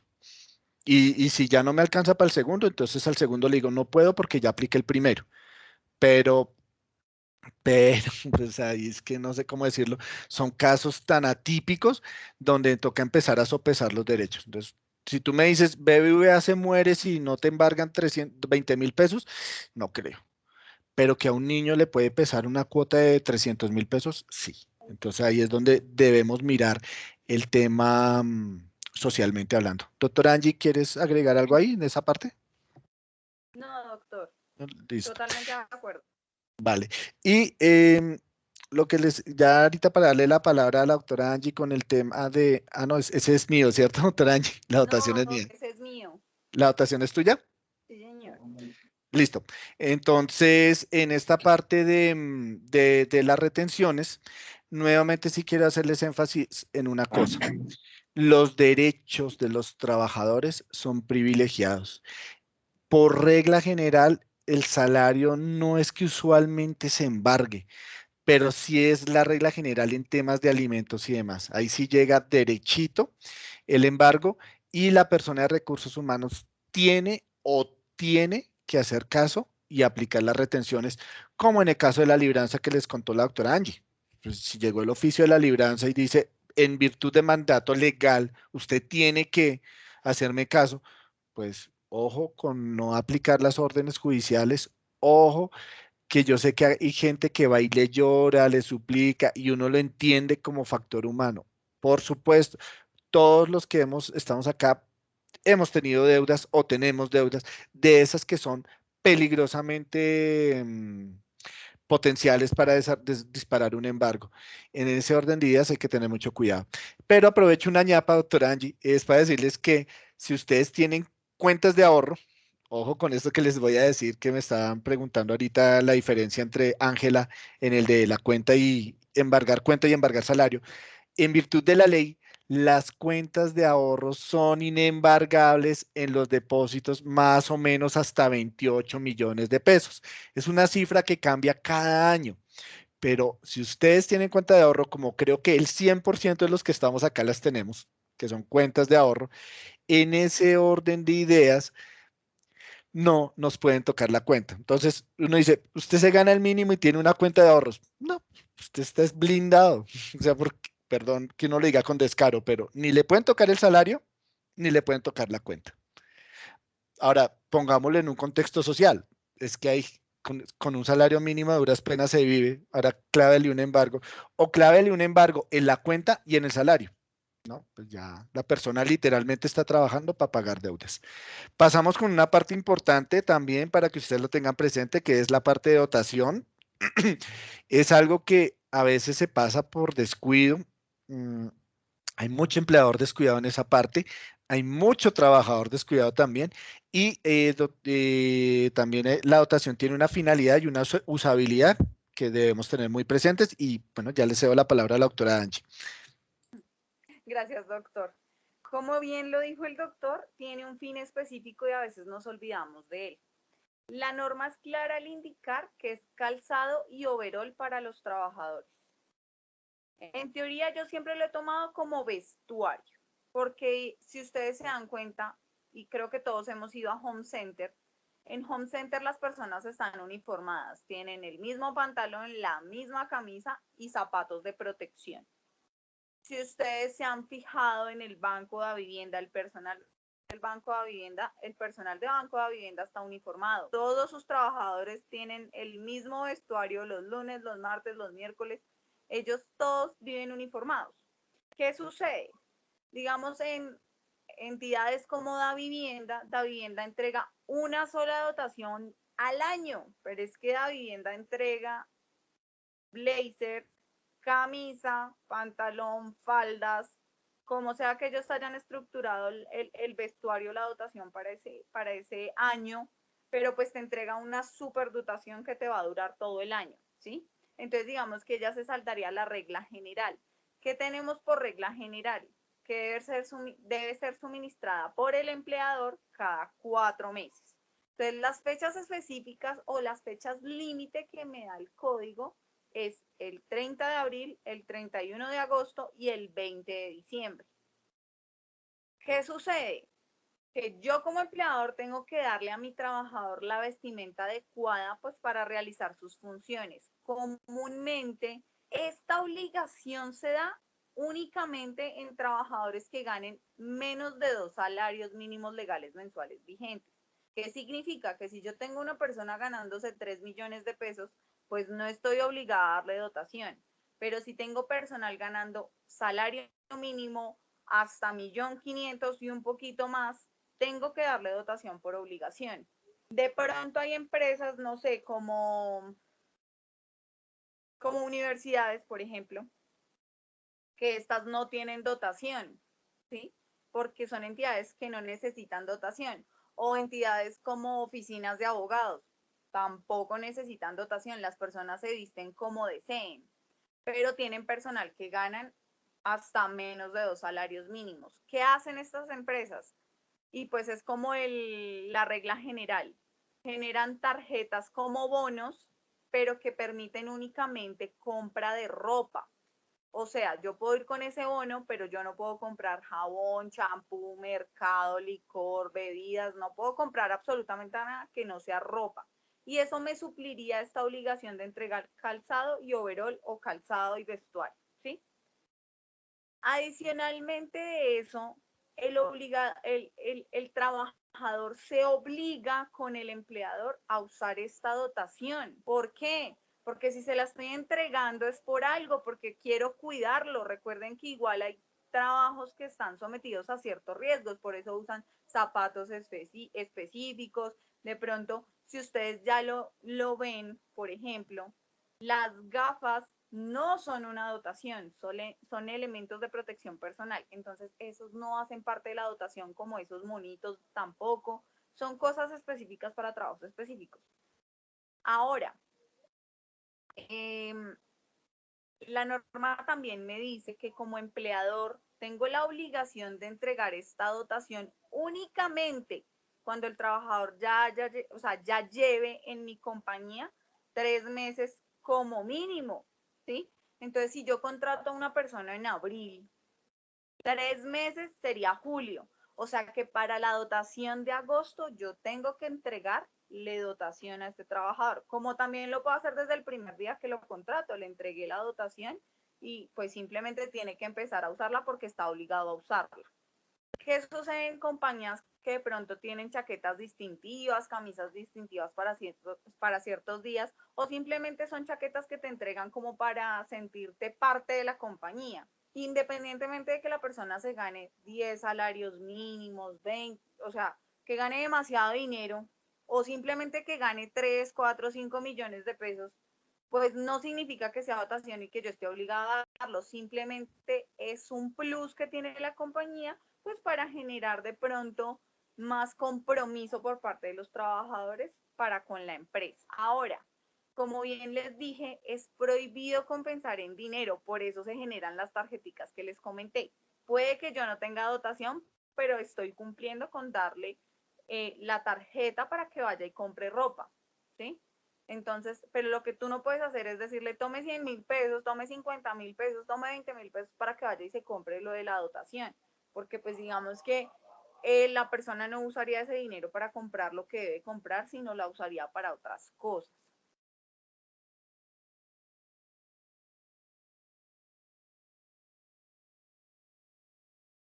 Y bueno, esta retribución económica, de acuerdo a lo que me dice pues el código, es que eso no hace parte del salario, ¿sí? O sea, el hecho de que a mí me den 100.000 pesos de dotación no significa que me lo vayan a computar como salario, porque pues es algo no salarial, ¿de acuerdo?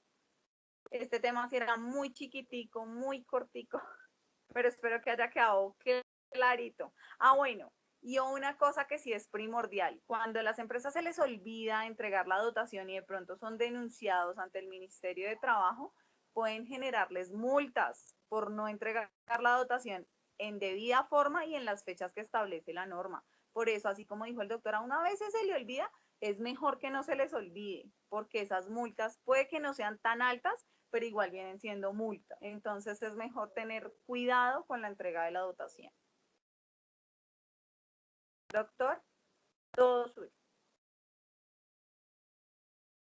Gracias, doctora Angie. Yo quisiera solamente agregar o acotar respecto a lo que tú estabas diciendo, es para las empresas donde se manejen estándares de seguridad, es muy importante tener presente que algunas situaciones donde se debe aportar elementos de seguridad, eso no constituye dotación. O sea, por ejemplo, si tiene las botas punta de acero, porque va dentro de la dotación, pero si además yo tengo que darle un cinturón de estos para hacer fuerza, o guantes de carnaza, o de pronto unas gafas de estas de seguridad, porque es que esas resisten hasta una esquirla tipo arma de fuego y que no entra al ojo. Esos elementos son de seguridad y salud en el trabajo, mas no son dotación. Les voy a contar un caso práctico que yo viví. Incluso la doctora Lady lo vivió, la doctora Angie lo vivió y yo lo viví.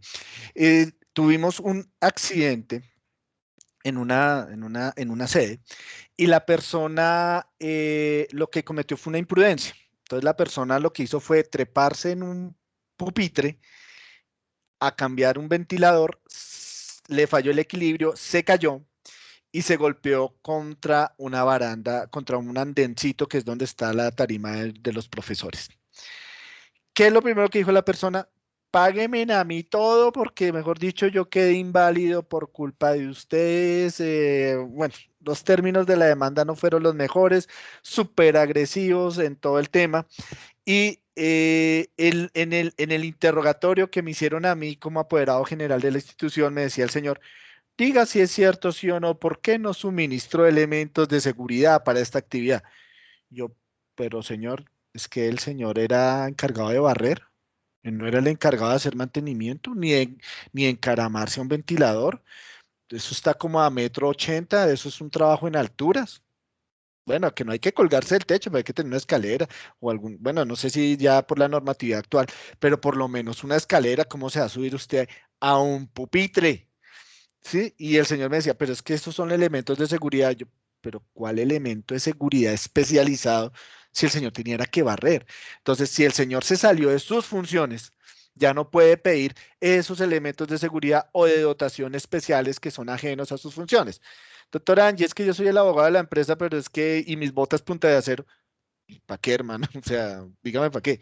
¿Listo? Entonces, en esas medidas, muy favorable. Y como decía la doctora Angie, pues también hay temas de dotación que por la función no aplica. Entonces, voy a decir con el respeto a mis dos colegas abogados y de que les habla, pues si a nosotros nos tocara dotación, por ejemplo, ir a un juzgado con el uniforme tipo no sé, la chaqueta institucional en vez de ir en corbata y demás, como el protocolo no lo manda, pero lo sugiere, pues uno dice, no, como que no cuadra, ¿no? No cuadra, no es lo mismo la cajera del Caja Social con su blazer que dice Caja Social, a un abogado yendo a la Corte Suprema de Justicia con el blazer que diga H&M Abogados. Entonces no aplica igual, ¿cierto?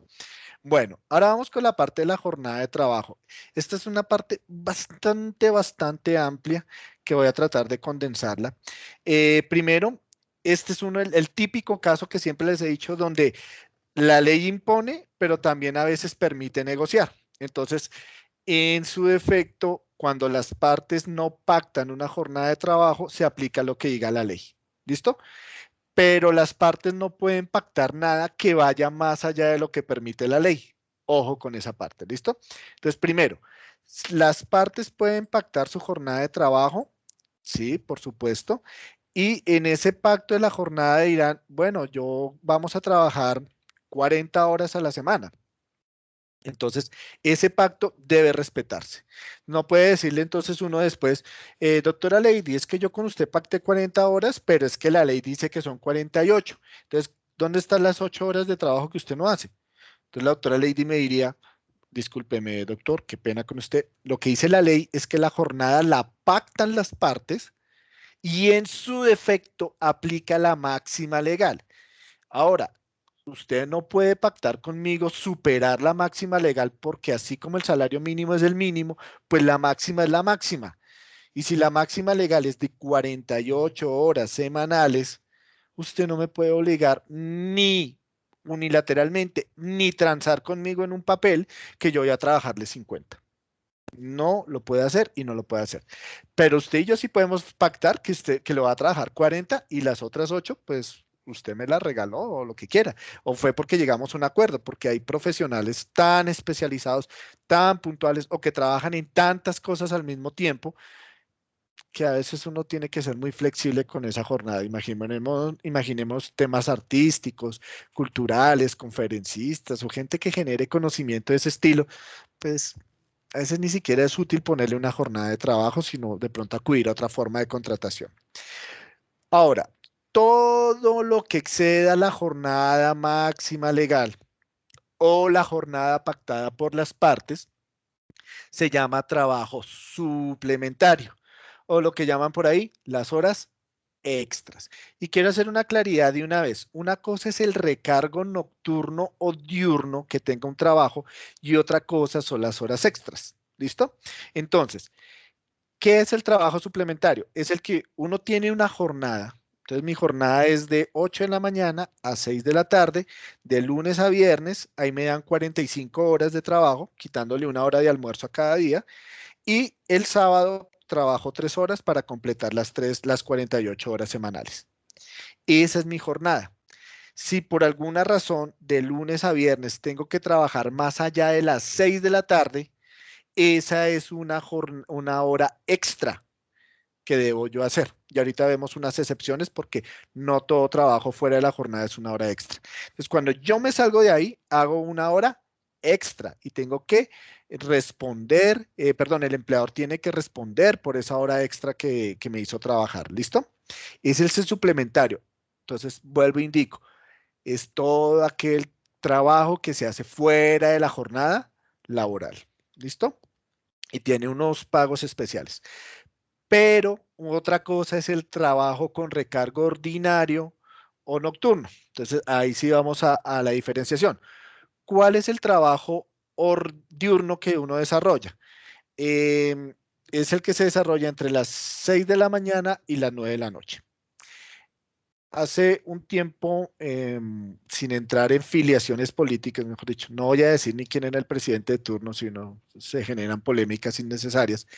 Dijeron, hay que hacer una reforma laboral para garantizar el empleo, porque es que pagar salarios en este país está muy caro y pagar recargos está muy caro. Entonces vamos a desmontar la jornada diurna y la vamos a ampliar un montón. Creo, doctor Angie, si me equivoco, para ese entonces eran las 8 de la noche. O sea, si uno trabajaba más allá de las 8 de la noche, ya era trabajo nocturno con un recargo y cogieron de las 8 y movieron la franja hasta las 10. Entonces le decían, si usted trabaja hasta las 10 de la noche, es trabajo diurno. Pero, perdone, yo les pregunto a todos ustedes, son las 8:30 de la noche. ¿Alguno de ustedes se siente que está todavía en el día? Todos estamos cansados, fundidos, toteados a esta hora del día, ya pronto se irnos a descansar. ¿Cómo le va a decir uno, venga, es que trabajar hasta las 10 de la noche es normal? Entonces ahí entran las dos posiciones, ¿no? La de los trabajadores que dicen, venga, eso es un mecanismo de explotación, ¿qué le pasa? Y la del empleador dice, venga, pero es que si yo le pago un poquito menos a usted, de pronto puedo darle trabajo a otra persona. O ese era el argumento del gobierno de turno. Actualmente, y si no estoy mal, fue hace un par de años tal vez, o un poquito menos, se modigeró eso un poquito y la hora ya quedó a las 9 en el 2017, perdón, con la ley 1846, se modigeró un poquito este tema y ya la hora diurna acaba a las 9 de la noche. ¿Listo? Entonces, cuando yo hago una hora extra, bien sea de día o de noche, ahí es cuando yo tengo un incremento que depende de si trabajo extra de día o de noche, o también si mi jornada está dentro de esas franjas, pues tendrá unos recargos o no tendrá otros recargos, ¿no? Entonces, por ejemplo, si a mí me toca, porque me toca ir a trabajar un domingo, pues me van a pagar unos recargos en ese orden de ideas, ¿listo? Entonces, ya quedando claro este tema, em, vamos a la parte de, hay una claridad que hay que hacer, es que ya ahorita retomamos lo de los recargos, es que la jornada laboral tiene unas excepciones también en su máxima duración. Como decía la doctora Angie ayer, si no estoy mal, em, hay actividades que por su riesgo o desgaste tienen una jornada inferior. Entonces, por ejemplo, si una persona trabaja en radiología, que usa rayos X todo el tiempo, está expuesto a un riesgo muy alto y los límites de resistencia o tolerancia del cuerpo demandan que tenga una jornada como de 36 horas, si no estoy mal. El tema de los pilotos es otro tema. Cuando un piloto es, por ejemplo, de vuelos internacionales, el techo de ese vuelo es muy alto, es casi que a nivel de estratosfera. Entonces, ustedes ven que sus vuelos internacionales transatlánticos, por ejemplo, que es muy, muy arriba, ustedes ven hasta la curvatura de la Tierra. O sea, hay gente que alcanza a ver la curvatura de la Tierra. Imagínense el nivel de radiación directa que le ingresa a esa persona de parte del Sol. Es un nivel de radiación muy alto, entonces ese piloto tiene que hacer, no sé, lo que yo he escuchado de pilotos, hacen un vuelo, un par de vuelos de esos y no hacen más en toda la semana porque ya recibieron el desgaste que tenían que manejar. En actividades insalubres o peligrosas, pues también viene esa regulación y es muy importante tener presente que en esos casos, por lo general, hay unos reglamentos técnicos que hay que tener en cuenta y sobre los cuales no hay discusión. No, ven, Angie, es que te necesito para que te quedes tomando placas radiológicas de la espalda de los clientes un par de horas más. Señor, esto puede derivar en un cáncer. Perfectamente puede derivar en un cáncer, en una artritis degenerativa, en que las coyunturas mías se atrofien, etcétera, etcétera. Entonces, en ese orden de ideas, no aplica la jornada máxima legal de las 48 horas. Ejemplo, esto no es un tema de derecho laboral, sino un ejemplo de lo peligrosas que son las actividades. Es que no, creo que el único mayor aquí soy yo. Doctora Lady, ¿tú de casualidad escuchaste alguna vez el desastre de Chernobyl en los años 80 en la Ucrania de Sí, la Unión Soviética? sí, sí, he Que escuchado. sí lo han escuchado. Eso fue el estallido del reactor número 4, la ciudad de Pripyat, creo que se llama así, que es vecina de Chernobyl. Y pues se liberó una cantidad de radiación tal que hubo una nube de radiación en toda Europa, alcanzó a llegar por los vientos del Atlántico hasta Estados Unidos. Y esa ciudad ahorita está desierta y no puede ser habitada como hasta dentro de unos 10.000 años por el nivel de radiación que quedó. Los soldados del Ejército Rojo que acudieron a mitigar inicialmente el desastre tenían un tope de trabajo de 5 minutos. 5 minutos. Imagínense, ¿qué puede hacer uno en 5 minutos? Y no podían trabajar más de 5 minutos porque ya la radiación los mataba, como efectivamente los terminó matando ya con el tiempo. Esos son trabajos de tal grado de peligrosidad que uno dice, ¿cuál jornada máxima legal? O sea, ¿qué le pasa? Mire el riesgo al que yo me estoy exponiendo y yo no me voy a perder mi salud. Y esa es la razón de ser del tema de las normas mínimas que hay en el código. ¿Listo? También hay otro criterio para no tener jornadas tan amplias, que es la edad de las personas, ¿listo? Entonces, el menor de edad puede trabajar con permiso del inspector de trabajo, pero ellos no pueden tener jornadas tan altas, ellos no pueden tener jornadas tan supremamente desgastantes porque precisamente son menores de edad. Entonces, bueno, es que ahorita el trabajo infantil también está estigmatizado por otro lado. Entonces, ya no es usual ver esos jóvenes trabajando, pero en su momento ellos no podían tener una jornada superior como a las 36 horas también. ¿Listo? Igual, pues ahorita ya también uno dice, venga, es que el nivel de formación y exigencia que pide la sociedad es tan alto que usted tienes que estar estudiando y formándose, y por eso ya no vemos casi tanto trabajo de menores de edad. Pero de pronto en un sector rural, en esa Colombia profunda que llaman por ahí, sí puede darse un trabajo infantil con dignidad, por así decirlo, no de explotación, donde aplicarían estas normas. Incluso hay algunas disposiciones puntuales en el código acerca de trabajo agrícola. Ahora, hay una parte que se llama en el código sustantivo de trabajo del descanso dominical que está remunerado. Ese descanso dominical, espérame, ven aquí, ya les coloco el descanso dominical. Si no lo encuentre acá. Bueno, ya llego, ya les actualizo la presentación. Es que por ley todos los trabajadores tenemos derecho a descansar el día domingo y que se nos pague el día domingo. Y cuando uno dice día domingo es que el día empieza a las 00 y termina a las 24 horas. ¿Listo?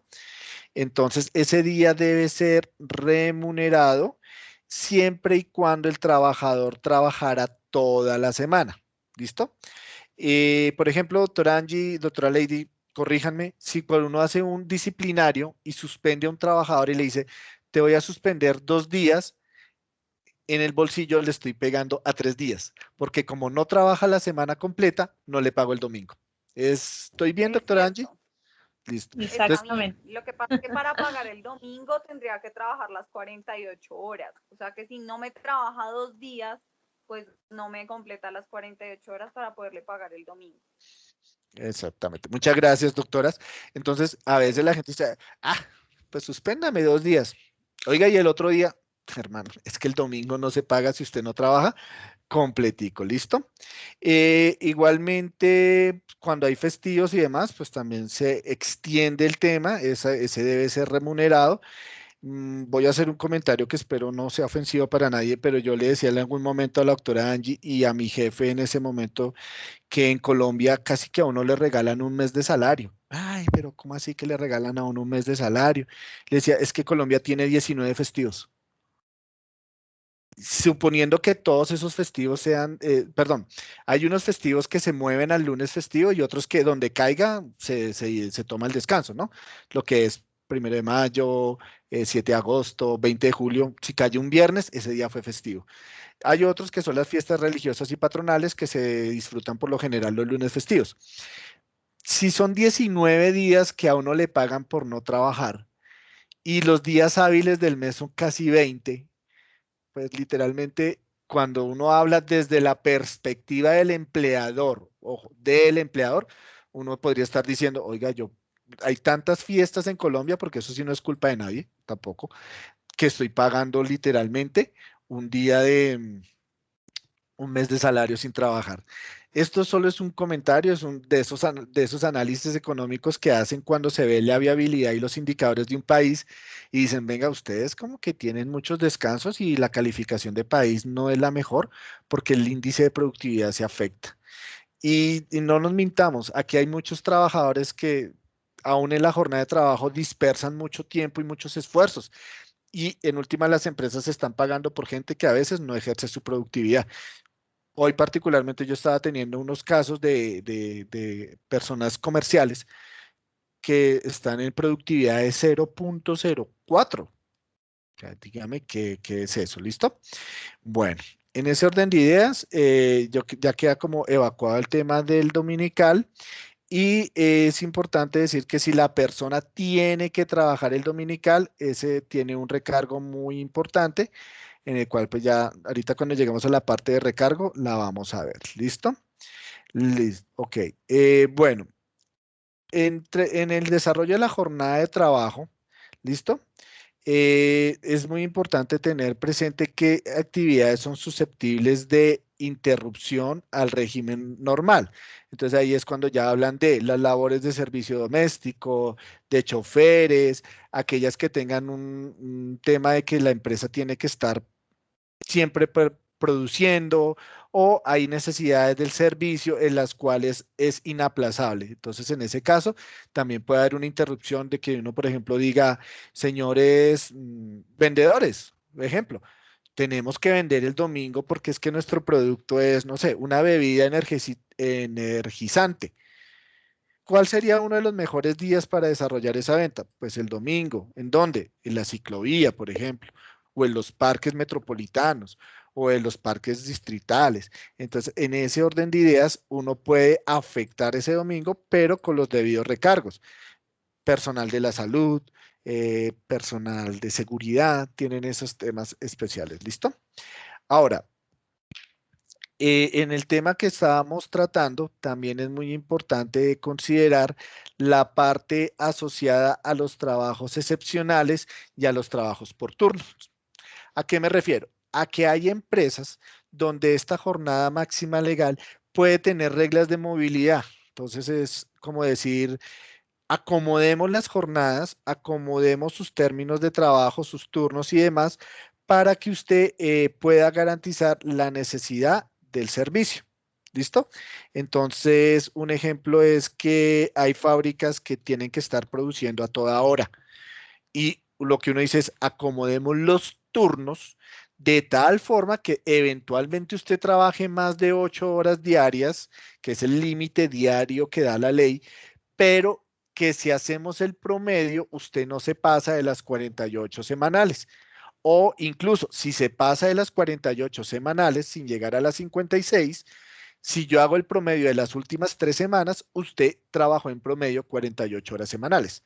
Un ejemplo que pudiéramos dar, una ensambladora de carros. Entonces llegan las piezas desde China, todo es de China ahorita, llegan las piezas desde China, llegan los containers y tenemos un pedido.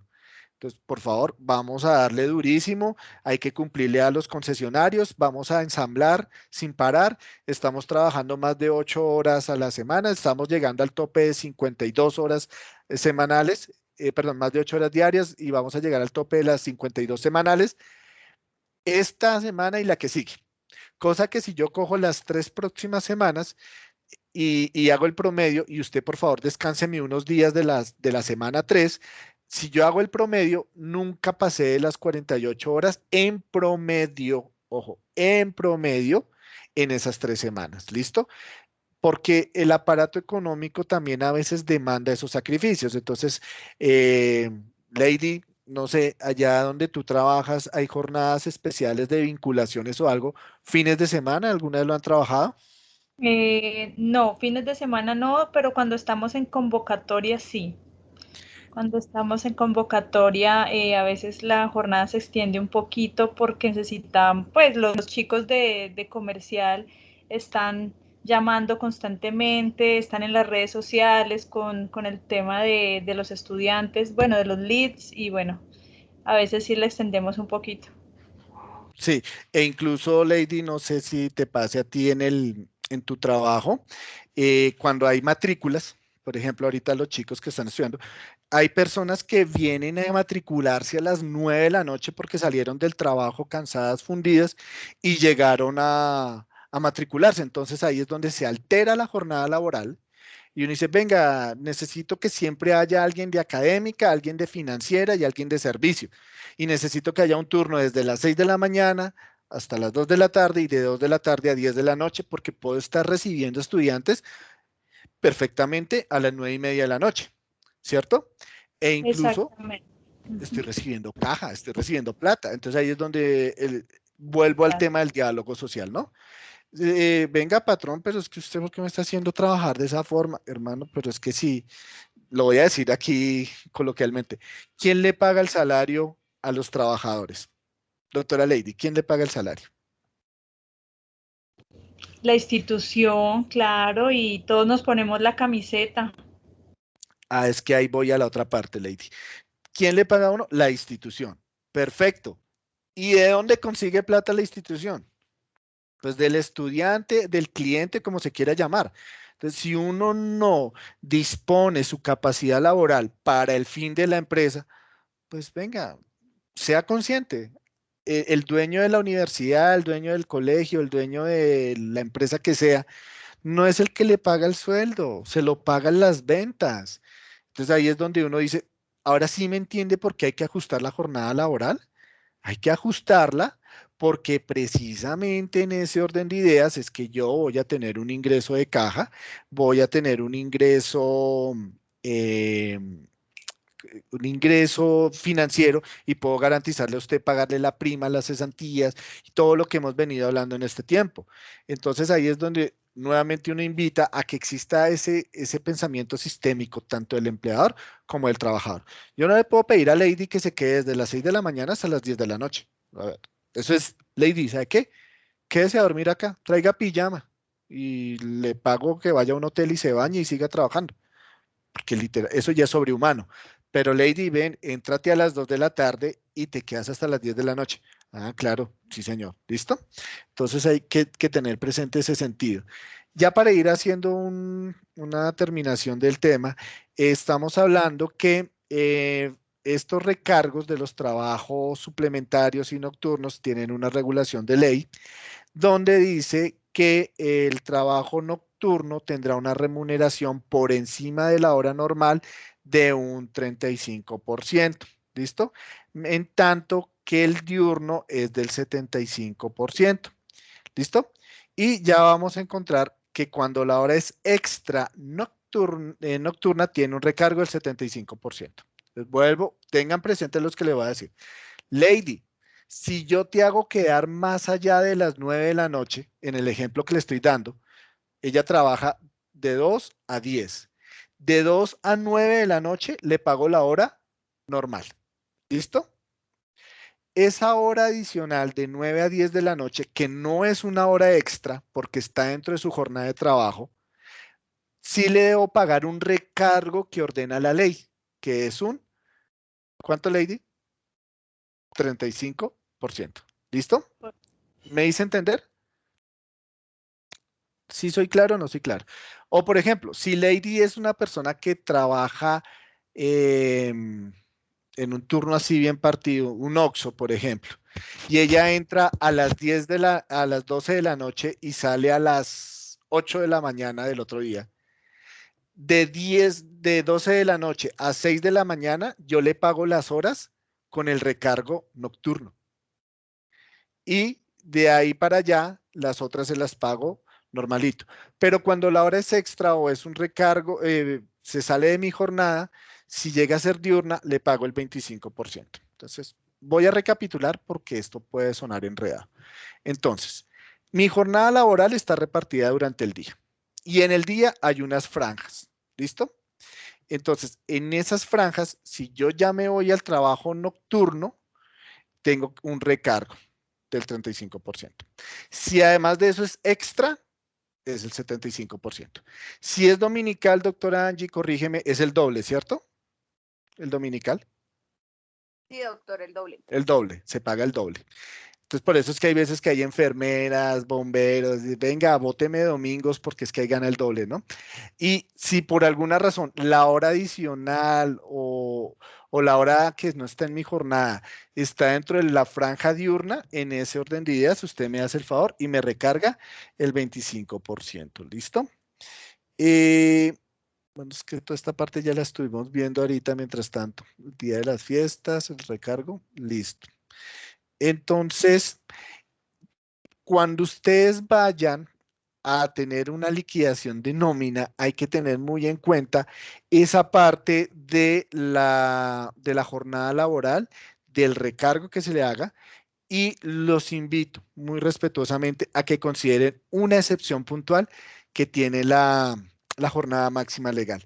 Es que no aplica la jornada máxima legal cuando el cargo es de dirección, manejo y confianza. ¿Listo? Ellos sí no les aplica el régimen de las horas extras y pueden, por necesidad del servicio, tener que trabajar mucho más de lo normal y no pueden cobrar ese dinero. Entonces, ellos, digamos, el gerente de un banco, supongamos, el gerente de un banco, y le descubren un desfalco de 1.000 millones de pesos. ¿Dónde están los 1.000 millones? No, todo el mundo a trabajar, levantamos auditoría, aquí imagínense que el gerente dijera, bueno, señor presidente, es que son las 6 de la tarde y pues muchas gracias, en la casa me esperan, ya nos vemos. Oiga, hermanos, que usted es el gerente del banco, el de auditoría, el de control interno. Usted tampoco se puede ir hasta que encontremos qué pasó aquí, porque usted es control interno, cargos de dirección, de manejo, ustedes son los que manejan la compañía literalmente, y de confianza. O sea, si no confío en la gerencia de la entidad en ustedes, entonces ¿en quién? Ellos no tienen jornada máxima legal, no la tienen, ¿listo? Y en ese orden de ideas y caso práctico que vivimos con la doctora Angie, nosotros tuvimos una persona X que demandó y ella decía, pero es que a mí me hicieron trabajar, Angie, ¿qué era el horario que decía este señor? Desde las 6 de la Como desde mañana las hasta 6 de la las, mañana a las 10 de la noche. incluyendo sábados y domingos. Él dijo, me hicieron trabajar durante 3 años de 6 de la mañana a 10 de la noche, incluyendo sábados, domingos, festivos, Viernes Santo, Jueves Santo, 1 de enero, 25 de diciembre, me dio un infarto. Así lo dijo en la demanda. Y llegó la señora juez con un criterio muy neutral, la verdad, y dijo, pero señores, que usted, supongamos que eso fuera verdad, porque también es un absurdo, usted ya está rayando yo no sé si la palabra, discúlpeme, en lo ridículo de decir que usted trabajó 3.600 y pico de horas extras al año. Eh, Usted era el encargado de la sede, o sea, usted es un cargo de dirección, manejo y confianza. Sí, pero es que en el contrato quedó que las horas extras tenían que ser eh, autorizadas por ley. Señor, es que usted, le vuelvo a decir, el contrato puede decir lo que quiera, pero la ley dice que su cargo era dirección, manejo y confianza. No procede su demanda. Gracias, chao. Y esa persona iba casi que por 200 millones de pesos. Y dijeron, venga, si usted es de esos cargos, no aplica la jornada máxima legal. Y no hay que ser gerente para ser de manejo y confianza. Y no hay que ser el dueño de la empresa para ser de manejo y confianza. Si yo soy el encargado de la caja menor, de tesorería, de las chequeras, de los tokens de los bancos, ¿soy de manejo y confianza? Por supuesto. Soy la asistente de presidencia, ahorita con el ejemplo que daba Angie. ¿Le parece que el asistente de presidencia no es de manejo y confianza? Por supuesto que es de manejo y confianza. Entonces, para que lo tengamos muy presente, a ellos no les aplica. E igualmente, pues hay profesiones u oficios donde tampoco aplica por su especial conocimiento técnico. Ahora imaginémonos al otro lado. ¿Usted qué es? Capitán del Ejército Nacional. Listo. Le toca ir de guardia de tal hora y luego a tal hora y, mejor dicho, usted no va a dormir durante 3 días. ¿Y dónde están mis derechos laborales? Señor, estamos en el ejército, en una entidad encargada de la seguridad y defensa nacional. Eh, Usted tiene un cargo de mando, tiene un cargo de autoridad, tiene el porte exclusivo de las armas de la República y eso no lo sabe hacer cualquiera. Es que no es lo mismo decir un soldado que un celador. Entonces, hágame el favor, a usted no le aplica ese régimen tampoco. O un acuartelamiento, imagínese, en unas elecciones que todos los oficiales y suboficiales están acuartelados en primer grado. Que no, que llamo a mi casa, que el dominical. Aquí en ese régimen no aplica y por eso es que hay una legislación puntual militar, prestacional, incluso a nivel de policía también hay unas reglas especiales. ¿Listo? Eso es lo importante que tengo que decirle respecto a la jornada. Hay cualquier cantidad de variables y demás. Doctora Angie, yo te pediría un favor. Es que si en algún momento cuando hablemos de las liquidaciones, hacemos un par de ejemplos de recargos para no gastar más tiempo hoy, de los nocturnos o de pronto un dominical y demás, para que los muchachos y las muchachas sepan cómo manejarlo. ¿Listo? Porque sé que ahorita por Listo. el tiempo no puedo entrar en mayor detalle. En el código casi son 40 y pico de artículos el tema de la jornada y aquí estos espacios no dan mayor tiempo para este tema.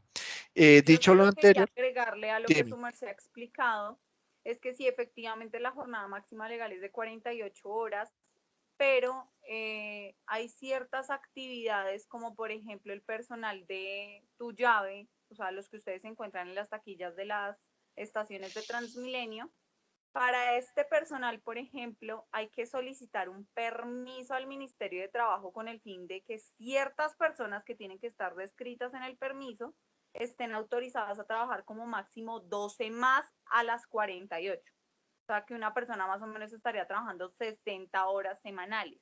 Pero eso es un permiso específico que literalmente hay que tramitar y hay que procesarlo y hay que identificar quiénes son las personas que pues van a trabajar este horario adicional. Y pues tiene que haber una autorización previa. Era como lo único que tenía que agregarles por si en algún momento les sucede con sus compañías, pues deben pedir autorización para trabajar unas horitas más. Sí, gracias, doctora Angie, y vuelvo al tema, y por eso es que estamos la doctora Lady y yo aquí aterrizando sin ser laboralistas, porque estamos en la otra parte y sabemos que el aparato económico lo demanda. Entonces, imagínense un Transmilenio que funcione de 8 de la mañana a 6 de la tarde. Pues, a ver, o sea, no sirve. Incluso si algún día y se materializa el tema que está diciendo la señora alcaldesa, en una Bogotá 24 horas tendrá que haber Transmilenio 24 horas, ¿no? O sea, ahí sí no hay que parar. En los casos que yo les estoy diciendo, si usted está produciendo alimentos de primera necesidad o, por ejemplo, ahorita en la pandemia, usted está manejando los insumos de crear gel antibacterial, el tapabocas, que ustedes se dieron cuenta recién empezando la pandemia que hubo un pánico de que se estaban acabando los insumos de salud y sanitarios.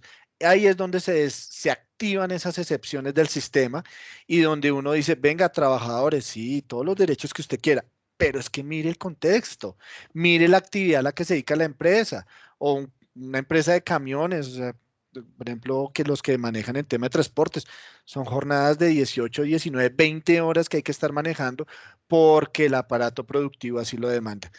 Que hay casos donde ya el empleador abusa y demás, pues ya es otro tema, ¿no? Pero aquí sí es importante, como dice la doctora Angie, si en alguna de sus compañías eventualmente llega a pasar esto, hay que tenerlo presente. No nos vayamos más lejos. Viviana está por ahí. Vivi, tú trabajas en una licitación y si la licitación vence en 2 días y hay que trasnochar esos 2 días, ¿qué puedes decir tú? Sí, claro, Ah, tengo que cumplir, obviamente, porque si no, no me puedo presentar a la licitación. y si no, pues no Obviamente, hay plata. Y si no hay no hay plata, pues plata. Vivi, gracias por participar. Chao, se acaba la empresa. Literalmente, de esas excepciones depende la viabilidad o no de una empresa. Dicho todo lo que acabamos de tratar y de manejar aquí en el tema, yo creo que ya podemos dar por cerrada por hoy, doctora Angie, solo quedaríamos con dos compromisos. O sea, uno, evidentemente vimos que no podíamos manejar el tema de las licencias porque nos da la medianoche. Y segundo, de pronto en la próxima clase arrancar con un resumen otra vez de la jornada, de los recargos, puntualmente, porque sé que el tiempo no me dio para explicarlos bien. Entonces, nuevamente arrancamos. Jornada diurna, nocturna, extras y los recargos en cada franja y el dominical un pedacito. Para lo que lo anotes y lo tengas presente. Y, Listo, y, doctor. eso es lo primero. Lo segundo, que vimos que lo de las licencias es muy importante. También lo vamos a dar un espacio especial porque eso es lo que vivimos todos los días. Entonces, venga, es que estoy en vacaciones y se murió mi abuelito. ¿Se suspenden las vacaciones? Sí. No, ¿cuánto tiempo? No, es que no es mi abuelito, es mi primo. ¿Tengo licencia de luto o no tengo? Otro caso, el de los prepensionados, hablábamos la otra vez. Es que me faltan 3 años para pensionarme. ¿Y de semanas cómo vamos? Para saber si te aplica el fuero o no te aplica el fuero. ¿Listo? Por lo demás, y ya por este ciclo de esta semana terminamos. Muchísimas gracias a todos ustedes por sus participaciones, han sido sumamente enriquecedoras. Doctora Lady, creo que quedaste invitada permanente a este espacio ¿no? Ay, de muchas hablar, gracias, Liz. a ti, de Estoy hablar contenta. aquí de temas de derecho laboral, que es que todos somos trabajadores y algún día seremos empleadores. Entonces, muchas gracias. Les deseo una muy feliz noche. Recuerden que estas clases están siendo cargadas en el canal de YouTube de CEDEP, que lo encuentran como dirección CEDEP, de la corporación John F. Kennedy y también de SBM Alliance. Están quedando cargadas por si en algún momento les interesa recordar algún tema o compartirlo. Siéntanse en la libertad, no hay límites de derechos de autor ni nada en este caso. Es una actividad enteramente académica. Doctora Angie, por estas jornadas titánicas que yo sé que para hablar 2 horas aquí hay que preparar 6 horas fuera. Entonces, muchas gracias. Y a todos ustedes les está llegando a sus correos el material. Si tienen alguna inquietud, algún tema que quieran sugerir, por favor, a vuelta de correo nos comunican. Bueno, por lo demás, una feliz noche a todos. Gracias a todos por sus preguntas, sus participaciones. Hasta luego, que estén muy bien. Igualmente, feliz noche. Gracias. Muchas gracias, feliz noche. Gracias. Hasta luego. Hasta luego.